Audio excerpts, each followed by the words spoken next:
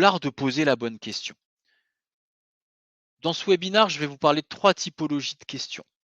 Questions ouvertes, questions fermées, questions alternatives. Il y en a d'autres, mais l'idée, c'est que vous puissiez repartir avec des outils simples que vous pourriez mettre en œuvre dès qu'on aura raccroché. La question ouverte, qu'est-ce que c'est? Ça appelle des détails, des explications. Votre objectif, si c'est de chercher de l'information, c'est de poser une question ouverte. La question ouverte, globalement, c'est tout le début de votre entretien. C'est celle qui vous permet d'explorer. C'est celle qui vous permet de vous renseigner, c'est celle qui vous permet de comprendre, c'est celle qui vous permet de faire parler votre interlocuteur. Et là, votre objectif n'est pas de parler, mais de faire parler un maximum votre interlocuteur, de vous intéresser à lui. Et si je reprends la dimension d'être centré sur lui, questionner quelqu'un, sans non plus être en mode interrogatoire, nous ne sommes pas des policiers, non, nous sommes là pour comprendre. Et donc la question ouverte, là, c'est votre meilleur allié. La question fermée, elle est aussi utile. Pourquoi? Parce qu'elle amène une réponse par oui ou par non. Donc on l'utilise quand on recherche une validation.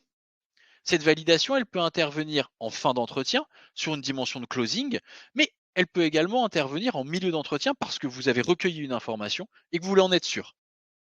Et donc, vous allez utiliser la question fermée.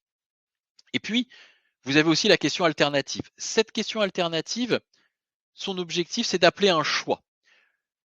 Vous pouvez la diriger, cette question. C'est-à-dire que c'est à vous d'offrir le nombre de choix. Si je fais le lien avec la prise de rendez-vous, lorsqu'on a eu quelqu'un en ligne, qu'on a utilisé la méthodologie dont j'avais parlé l'autre fois, accroche, objet, closing, sur la partie closing, on va utiliser une question alternative. Cette question alternative, elle est très simple. Quand est-ce que vous êtes disponible? Plutôt lundi matin à 17h ou mardi après-midi? Et en fait, c'est à vous de poser ce choix. Et en fonction du moment, en fonction de l'état d'avancée dans votre entretien, dans votre rendez-vous de découverte, vous pourrez alterner entre ces différentes questions. Donc la question ouverte, c'est vraiment celle pour creuser, qui amène des explications. La question fermée vous permet de valider. Et la question alternative vous permet d'avoir un choix, en tout cas d'accompagner votre prospect sur un choix ou sur le fait de se positionner concrètement, peut-être sur l'une de vos offres. Les bons posent des questions ouvertes car ils cherchent à comprendre. Les autres posent des questions fermées car ils cherchent à vendre. Quelqu'un qui ne fait que parler, qui ne fait que poser des questions fermées, globalement, ne s'intéresse pas à l'autre et ne vendra pas. Ou si, on peut tous vendre sur un malentendu. Mais pour faire une découverte qui soit correcte, le plus important, c'est de démarrer par des questions ouvertes, de vous intéresser à l'autre et de recueillir un maximum d'informations.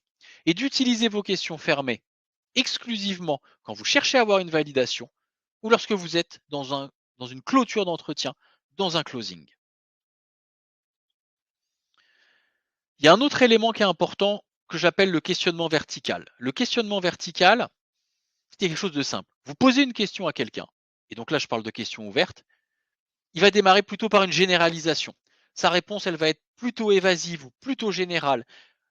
Ou peut-être, comme il maîtrise le sujet, qu'il maîtrise son entreprise, il y a des choses qui vont lui sembler tellement évidentes qu'il ne va pas vous les communiquer. Et c'est là où va intervenir la question verticale ou le questionnement vertical. C'est vous devez accompagner votre interlocuteur plus loin dans sa réflexion. Et comment est-ce que vous faites? Vous prenez appui sur sa réponse pour poser une nouvelle question, et ainsi de suite. Vous voulez poser une question ouverte, il vous a apporté une réponse. Question extrêmement simple. Pouvez-vous m'en dire plus? Pouvez-vous développer? Qu'entendez-vous par là? Écoutez, je ne suis pas du secteur, pourriez-vous faire comme si je n'y comprenais rien et m'en dire plus? Faire comme si j'étais un enfant de 6 ans qui avait du mal à comprendre? Pouvez-vous vraiment m'expliquer? Et cette question-là, vous pouvez la réitérer plusieurs fois. Elle va vraiment vous permettre de faire parler votre interlocuteur. Et puis, ça va lui permettre aussi à lui aussi de se dire que vous vous intéressez réellement à ce qu'il est en train de vous raconter, que ce qu'il dit est important pour vous. Et plus vous allez le questionner de cette manière-là, plus vous allez creuser, plus vous allez recueillir des informations qui sont fondamentales dans votre découverte et puis très certainement derrière, dans la construction de votre offre. Parce que peut-être que vous vendez quelque chose de standard ou quelque chose de sur mesure, mais même si vous vendez quelque chose de standard, il y a bien un moment où vous allez devoir l'adapter. Et puis, il y a bien un moment où vous allez rentrer dans la partie argumentaire. Peu importe ce que vous vendez, votre produit ou votre service, il a peut-être 50 avantages et 50 bénéfices. Sauf que votre interlocuteur, parmi ces 50 avantages ou ces 50 bénéfices, il y en a peut-être que un, deux ou trois qui vont l'intéresser. Et tout l'objet de votre questionnement, de votre découverte, c'est d'essayer d'identifier, d'isoler les deux ou trois avantages ou bénéfices qui vont faire basculer la vente pour que derrière, vous puissiez construire votre argumentation en fonction de ces avantages ou de ces bénéfices souhaités qui eux-mêmes sont en lien avec une problématique et ou un besoin. Et donc, je vous invite vraiment fortement à garder en tête cette question extrêmement simple. Pouvez-vous m'en dire plus? Et vous pouvez l'utiliser également dans la vie de tous les jours. Votre conjoint ou votre conjointe rentre du travail, elle vous raconte une anecdote. Ah, vous pouvez lui dire, écoute, c'est intéressant ce que tu es en train de me dire. Est-ce que tu pourrais m'en dire plus? Et là, vous verrez, elle continuera ou il continuera à vous raconter des choses qui lui feront en plus plaisir. Et donc, si vous faites plaisir à votre interlocuteur ou votre interlocutrice, eh ben, écoutez, ça vous fera également plaisir. Et la vente, c'est avant tout ça, c'est de créer du lien avec les autres.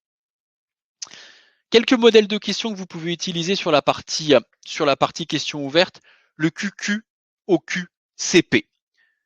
Le premier, c'est le quoi. Problématique, situation, tâche. L'idée, c'est vraiment de découvrir ça avec des questions simples. De quoi s'agit-il? Que s'est-il passé? Qu'observe-t-on? Le deuxième, c'est le qui. Qui est concerné? Qui a dit ça? Qui a détecté le problème? Qui décide? Qui est responsable du budget?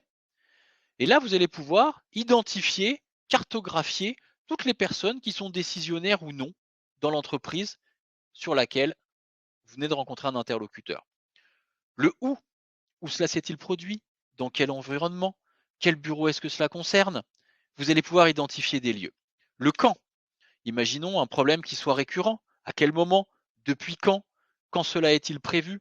Avoir la durée. Si je reprends mon exemple sur une équipe commerciale où un prospect me fait venir d'abord pour la dimension recrutement et qu'ensuite, en identifiant sa problématique, je me rends compte qu'il y a de la sous-performance.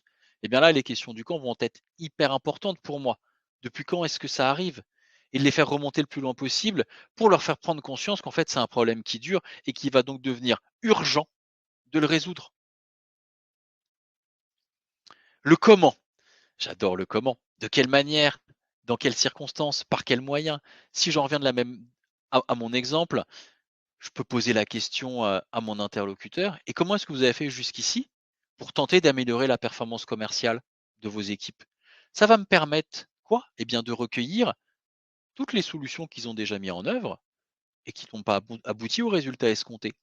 Ce qui va peut-être m'aider à éviter de proposer une solution que moi-même j'ai en magasin, mais qui n'a pas fonctionné chez eux. Même si ma solution serait meilleure ou plus performante que celle du confrère qui l'a mis en place, dans tous les cas, mon client, en mettant en place une solution similaire, n'a pas eu le résultat escompté. Il risquerait de se projeter sur cet échec via ma solution. Le combien, quel coût, quels moyens, combien êtes-vous, de quelles ressources est-ce que vous disposez, quel est votre budget? Souvent, on a pour habitude de dire que s'il n'y a pas de budget, il n'y a pas de projet. Euh, Vrai ou faux, peu importe, mais dans tous les cas, il y a beaucoup plus de chances de vendre quand il y a un budget en face. La dernière question, c'est le pourquoi. L'objectif du pourquoi, c'est d'avoir une dimension de but, de finalité, de personnes, de moyens, de matériel, d'équipement. Je l'ai indiqué, mais pour être franc avec vous, c'est une question que je n'aime pas. Le pourquoi, il amène une réflexion souvent plus profonde, où on va essayer d'aller chercher des causes racines. Si je reprends le cas de mon interlocuteur et que je lui demande pourquoi est-ce que votre force de vente ne fonctionne pas, il va se mettre à réfléchir et essayer de chercher vraiment des causes très très profondes. Et c'est pour ça que moi le pourquoi, je le transforme en qu'est-ce que ou qu'est-ce qui. Je reprends mon exemple. Qu'est-ce qui fait, selon vous, qu'aujourd'hui, vos commerciaux ou votre force de vente n'est pas au résultat escompté. Et là, on va aller chercher des faits qui sont beaucoup plus rationnels et qui vont nous permettre de gagner en crédibilité dans notre découverte et puis aussi que la personne en face de nous ne se sente pas attaquée. Euh, Imaginons dans une posture de développement personnel, vous rencontrez quelqu'un qui vous dit qu'il a envie de faire quelque chose, mais qu'il l'a jamais fait depuis des années, et vous lui posez la question, je sais pas, imaginons que la personne veut arrêter de fumer. Pourquoi est-ce que vous n'avez pas réussi? Cette question, elle peut remettre en question la personne. Et c'est pas le moment, c'est pas l'objet. On est là pour l'accompagner. Alors que la question, qu'est-ce qui fait que vous n'avez pas atteint cet objectif, est un peu différente. On va pouvoir aller chercher des faits, et tous ces faits nous permettront derrière de construire notre offre.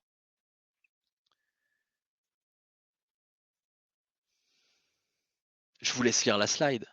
L'une des meilleures questions en vente est le silence. Je trouve qu'effectivement, ça peut être l'une des meilleures questions.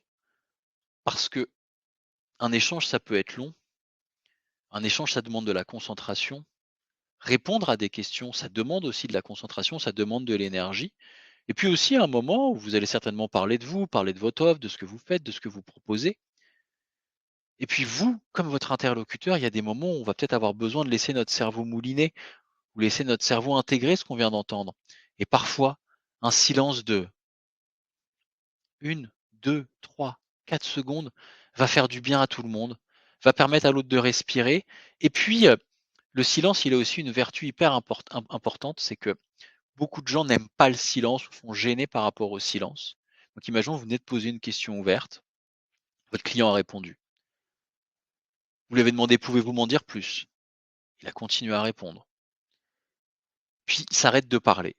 Vous n'êtes pas obligé de reprendre, hein. Et faites le test. Globalement, ça va inciter votre interlocuteur à lui-même reprendre le fil de la conversation et peut-être à vous donner des informations complémentaires qu'il ne vous aurait pas données si vous n'avez pas accordé à vous deux un moment de silence.